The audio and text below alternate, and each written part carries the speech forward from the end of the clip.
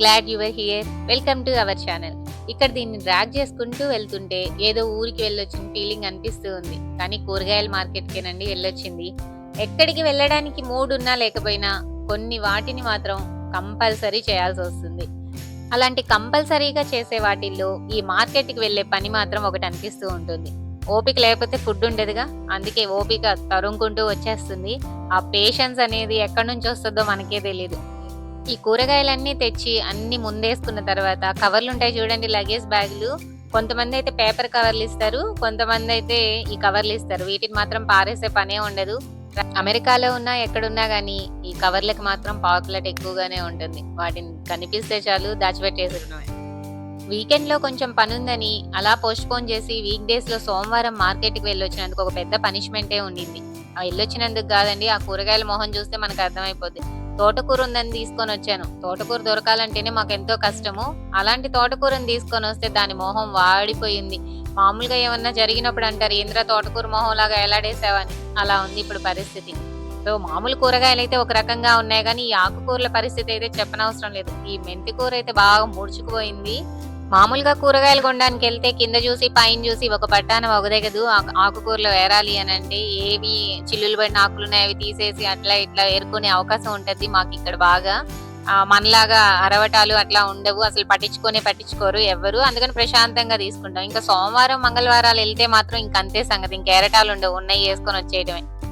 Cauliflower లాగా కనిపించే ఈ కాయగూరకు మాత్రం యూఎస్ లో బాగా క్రేజ్ ఉంటుంది. అలాంటిది మా ఇంట్లో కూడా బాగా క్రేజీ ఐటమ్ అయిపోయింది. ఈ వారానికి ఒకసారైనా కంపల్సరీ తీసుకొని వస్తూ ఉంటాను. ఇంకా వేరే కూరగాయలు చేయాలి, కొంచెం బోర్ కొడుతుంది అని అనుకుంటే మాత్రం రెండో వారాలకు ఒకసారైనా కానీ కంపల్సరీ చేస్తూ ఉంటాను. చాలా బాగుంటుంది.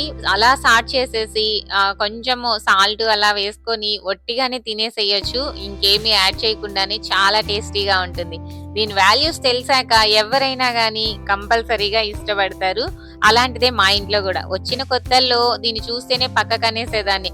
ఏమోలే మనకు అలవాట్లేదు ఎలా ఉంటుందో అని.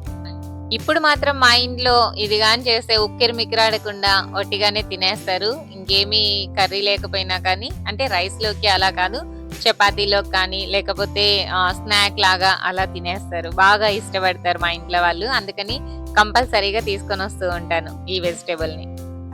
ఎప్పుడైనా కూరగాయలు సర్దుతున్నాను అనంటే బాగా కిచెన్ లో సెంటర్ లో కూర్చుంటాను. ఆ ఫ్రిడ్జ్ కి దగ్గరగా అలా కూర్చుంటేనే నాకు చాలా కంఫర్ట్ గా ఉంటుంది. అక్కడెక్కడో పెట్టుకొని అన్ని సర్దుకొని 10 సార్లు తిరగాలి అనంటే దానికన్నా గానీ ఇక్కడ కూర్చొని స్థిమితంగా ఫ్రిడ్జ్ పక్కన అన్ని సర్దుకుంటూ ఉంటే ప్రశాంతంగా ఉంటుంది అనిపిస్తూ ఉంటుంది. నా ఫేవరెట్ స్పాట్ అని చెప్పొచ్చు ఇది కూరగాయలు సర్దుకునేటప్పుడు. ఈసారి ఆకుకూరల దెబ్బకి ఒక లెసన్ అయితే నేర్చుకున్నట్టే ఉంది నేను. ఎప్పుడైనా గానీ వీక్ డేస్ లో కూరగాయలకి వెళ్ళకూడదు, వీకెండ్ లోనే కూరగాయలకి వెళ్ళాలి అని అయితే డిసైడ్ అయిపోయాను. ఎంతో కొంత కొంచెం టైం అన్నా ఉంటుంది. ఆ టైం పాలుమాలకుండా, కొంచెం టైం వేస్ట్ చేయకుండా అలా కూరగాయలకి వెళ్ళేసి ఆ 4 ఏదో పట్టుకొచ్చేసి ఫ్రిడ్జ్ లో పెట్టేస్తే ప్రశాంతంగా ఉంటుంది. ఈ డబ్బులు పెట్టేదేమో పెడుతూనే ఉంటాము.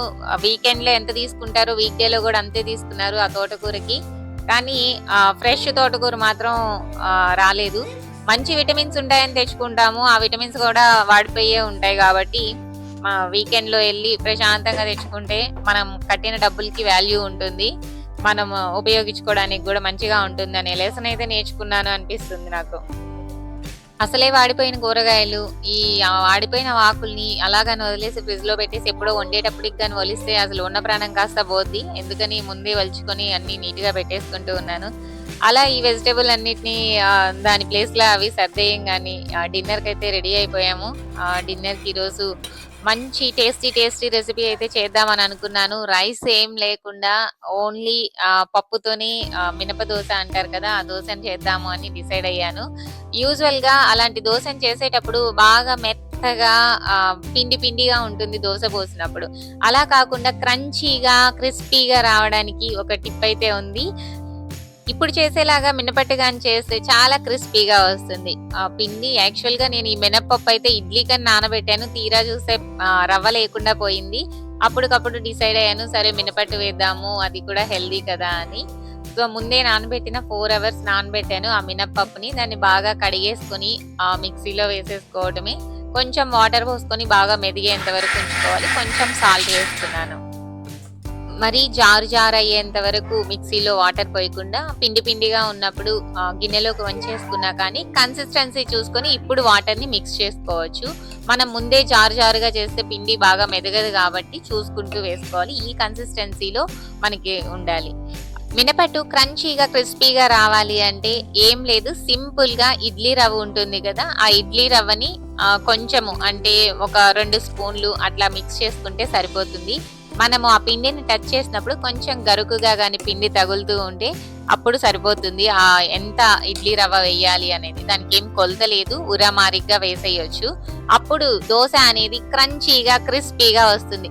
బాగా మెత్త మెత్తగా ఉంటుంది మినపట్టు అనేది. అలా కాకుండా బాగా మన రోస్టెడ్ దోశ అంటారు కదా, ఆ రేంజ్ లో వస్తుంది ఈ మినపట్టు అనేది. ఇడ్లీ రవ్వ అయితే నాకు ఎంత అవసరమో అంతే ఉన్నింది. 3 స్పూన్లు ఉన్నింది. ఆ 3 స్పూన్లు కాస్త ఈ పిండిలో వేసేసాను. ఇక ఇడ్లీలకైతే తీసుకురావాలి పిండిని. ఇప్పుడు దోస ఎలా వస్తుందో చూద్దాము. కారం దోస, మా వాడికి కారం ఇష్టము ఈ దోస మీద, చట్నీ కాకుండా. అందుకని కొంచెము లైట్‌గా ఆయిల్‌ని ఎక్కువ వేయాల్సిన అవసరం లేదు. లైట్‌గానే వేస్తుంటాను నేను. కొంచెం ఆయిల్ వేసి ఈ కారాన్ని అలా చల్లేస్తే బాగా కారం దోస అంటారు కదా, ఆ కారం దోస రేంజ్‌లో వచ్చేస్తది. నార్మల్‌గా మినపట్టు చేయాలి అంటే పెనుముకి అంటుకుంటూ ఉంటుంది తీసేటప్పుడు. అలా కాకుండా ఇదైతే దానికదే లేచొచ్చేస్తుంది. నాది నాన్ స్టిక్ పాన్ గూడా కాదు, మామూలు ఐరన్ పాను. ఐరన్ తవా మీదే అదే లేచొచ్చేస్తూ ఉంటుంది, మనం తీయడానికి కష్టం లేకుండా. ఇంత మంచి టేస్టీ అండ్ హెల్తీ రెసిపీని చిన్న టిప్‌తో మంచి డెలిషియస్ రెసిపీగా మన ఇంట్లో వాళ్ళకి చేసి పెట్టేయొచ్చు. ఈరోజు మా డిన్నర్‌కైతే ఇది ఇలా ప్లాన్ చేశాను. చాలా బాగా నచ్చుతుంది మా ఇంట్లో వాళ్ళందరికీ. ఇదేనండి ఇవాల్టి vlog. Thank you all. Thanks for watching this video.